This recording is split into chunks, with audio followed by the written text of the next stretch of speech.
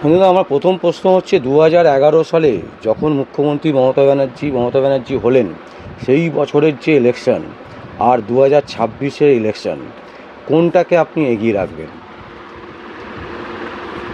না, এখানে এগোনো পিছনের তো ব্যাপার না, তবে হাওয়াটা যেভাবে দেখা যাচ্ছে বা পরিস্থিতি যেভাবে 2011-ই রিপিট হচ্ছে বলে মনে হচ্ছে 26। মানে আমি বলতে চাইছি যে নির্বাচন কমিশন সেই সময় যে ভূমিকা পালন করেছিল, সেই রকমই কি মনে হচ্ছে, নাকি তার থেকে আরও বেশি না, ভূমিকা আমি পালন আপনাকে করেছে? এক কথায় বলি, এই ধরনের নির্বাচন এর আগে আমি কখনোই দেখিনি। অতএব 2011 কেন, কোনো বছরের সঙ্গেই আমি তুলনা করে বলতে পারবো না এই 26-এর মতো এর আগে কোনো দিন ভোট হয়েছে বলে। কারণ দুটো, এই এসআইআর হওয়ার ফলে মৃত অবাঞ্ছিত যারা ভোটার তারা সবাই বাতিল হয়েছে। এবং আর একটা বিষয় হচ্ছে, এবারে আপনি খুব একটা অভিযোগ করতে পারবেন না দুটো একটা বুথ ছাড়া যে ছাপ্পা বা প্রক্সিতে ভোট কেউ দিয়েছে। যার ভোট সে দিয়েছে। তো যার ভোট সে দিল এবং 92% ভোট পড়লো এবং শান্তিপূর্ণভাবে মানুষ ভোট দিল, এটা আমার বিগত দিনে আমি দেখিনি। বলছি, শোনা যাচ্ছে তৃণমূল কংগ্রেস নাকি কাউন্টিং এজেন্ট পাচ্ছেন না, মানে এইটা মানে কি লক্ষণ? যদি এটা সত্যি হয়ে থাকে তাহলে বুঝতে হবে যে বাজে লক্ষণ, পরাজিত হওয়ার আগে যা হয়। মানে তৃণমূল কংগ্রেস পরাজিত হচ্ছে বলেই কি এজেন্টরা এগিয়ে আসছে না? স্বাভাবিক, সেটাই তো স্বাভাবিক। কারণ এজেন্ট থাকছে না, এজেন্ট পাওয়া যাচ্ছে না একটা রুলিং পার্টির, তার মানেই তো এটা তো অন্য কোনো পার্টি না যে যাদের কিছু নেই, নতুন পার্টি বা হেরে গেছে হারা পার্টি, তা তো না। একটা পার্টি, রুলিং পার্টি, তারা কন্টেস্ট করেছে নির্বাচনে এবং তার কাউন্টিংয়ে যদি তার কাউন্টিং এজেন্ট না পাওয়া যায়, এটা যদি সঠিক হয়ে থাকে তাহলে বুঝতে হবে যে গন্ধটা খারাপ। বলছি, বিজেপি এমন কটা এখন পেতে পারে যে যার জন্য তৃণমূল কংগ্রেস এবং মমতা ব্যানার্জির চোখে মুখে পরিষ্কার স্পষ্ট লক্ষণ দেখা যাচ্ছে যে তারা হাঁটছে, মানে কোন জায়গাটা, মানে কতগুলো বেশি সিট পেতে পারে বিজেপি এবারে, আপনার কি মনে হচ্ছে? এখন কতগুলো বেশি পাবে কম পাবে সেটা ফ্যাক্টর নয়, তবে সাধারণ অঙ্ক যা বলে যে বেশি সংখ্যক ভোট পড়া মানেই হচ্ছে সরকারের এগেনস্টে ভোট পড়া, এটাই আমরা দীর্ঘদিনের অভিজ্ঞতা থেকে দেখেছি। এবারে যেটা হয়েছে, প্রায় 92%-এর উপরে ভোট পড়েছে, পাশাপাশি যার ভোট সে দিয়েছে। তার মানে এতদিন ধরে বহু মানুষ তার ভোটাধিকার সে প্রয়োগ করতে পারতো না, এটা একটা অভিযোগ ছিল। যে লোকটা ভোট দিতে পারতো না সে যদি এবারে তার ভোট প্রয়োগ করার অধিকার পায়, স্বাভাবিকভাবেই তারা সরকারের বিপক্ষে ভোট দেবে, এটাই স্বাভাবিক। আর এবারের ভোটে একটা ব্যাপক রোল থাকবে মহিলাদের ভোটের। তারা কাকে সাপোর্ট করবে, কারণ লক্ষ্মীর ভাণ্ডার এটা একটা বড় ফ্যাক্টর। তো তারা যদি এর বিপক্ষে চলে যায় এবং যারা সংগঠন করছে নিচের তলায়, তাদের অভিমত হচ্ছে যে তারা সঙ্গে নেই পুরোটা, সব দিক থেকে বিবেচনা করলে পার্টির হেরে যাওয়ার সম্ভাবনাই বেশি। সেই কারণেই আজকের কাউন্টিং এজেন্টদেরকে খুঁজে পেতে সমস্যা হচ্ছে, ওদের রাজি হচ্ছে না যারা আগে উৎসাহিত ছিল। বলছি, রাজ্যে যে হাওয়া তাতে দেখা যাচ্ছে সমস্ত সমীক্ষা বিজেপিকেই এগিয়ে রেখেছে এখনো পর্যন্ত।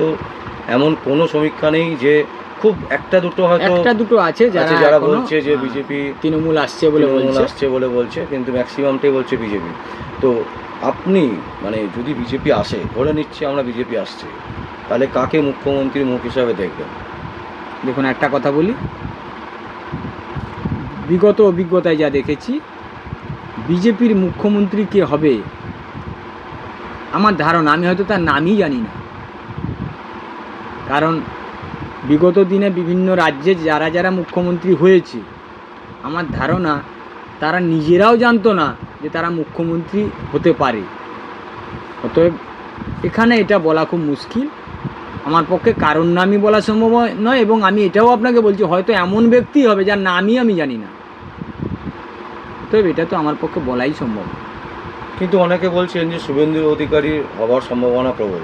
সম্ভাবনা প্রবল এগুলো নিয়ে তো কোনো দ্বিমত নেই, কিন্তু আমি আমার ব্যক্তিগত অভিজ্ঞতা বা আপনারাও জানেন পাশাপাশি রাজ্যগুলোতে যারা হ্যাঁ, বিভিন্ন মুখ্যমন্ত্রী রাজ্যে, হয়েছে, হ্যাঁ।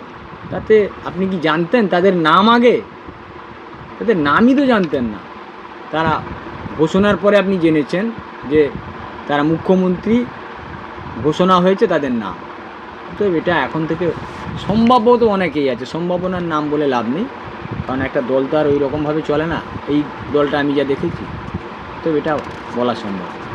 বলছি এই যে বিরোধী দলনেতা শুভেন্দু অধিকারীর যে লড়াই আমরা দীর্ঘদিন ধরে দেখলাম ভোট পর্যন্ত, এবং এখনও তিনি কন্টিনিউয়াসলি চালিয়ে যাচ্ছেন, কারণ হচ্ছে যেহেতু ভোটের রেজাল্টের ব্যাপার, কাউন্টিংয়ের ব্যাপার, এবং বারবার করে বিভিন্ন জায়গায় ঘুরে বেড়াচ্ছেন। এই পরিস্থিতিতে মানে এই পুরো বিষয়টাতে শুভেন্দু অধিকারীকে কত নম্বর দেবেন? 100 বিরোধী দলনেতা হয় হিসেবে, মানে সাকসেসফুল দলনেতা।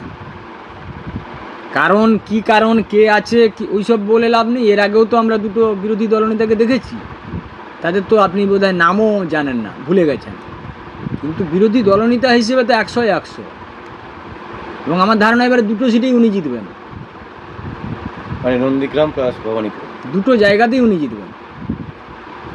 অনেকে বলছেন, মানে বিশেষ করে বিরোধীরা বলছেন যে শুভেন্দু অধিকারী যদি মুখ্যমন্ত্রী হয় তাহলে নাকি তিনি 15 দিন চালাতে পারবেন না। এটা কি আপনার মনে হয়? এরকম কোনো ব্যাপার না। দুটো জিনিস মাথায় রাখতে হবে, ব্যক্তি